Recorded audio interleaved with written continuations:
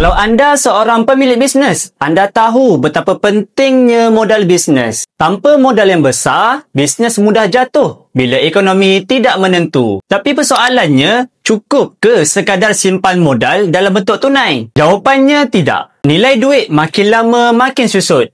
Inflasi semakin tinggi, ringgit makin lemah. Kalau modal bisnes anda duduk diam-diam dalam akaun bank, anda sebenarnya sedang kehilangan nilainya sikit demi sedikit tanpa anda sedar. Sebab itu, ramai pemilik bisnes yang cerdik kewangan, mereka ambil tindakan awal. Mereka tukarkan sebahagian daripada modal yang tak digunakan kepada emas fizikal. Dan pilihan yang paling bijak ialah gold bar 100 gram daripada Public Gold. Ianya bukan sekadar simpanan, tapi perlindungan sebenar kepada modal bisnes anda. Dengan nilai sekitar RM50,000, anda boleh pegang aset yang tidak susut, tidak basi dan tidak terkesan oleh turun naik pasaran kewangan. Bila diperlukan, emas ini boleh dicairkan semula menjadi modal tanpa terjejas nilainya. Kalau anda belum pernah simpan emas sebagai backup bisnes, inilah masanya. Bagi yang ingin mengukuhkan kewangan dengan simpanan emas bersama Public Gold,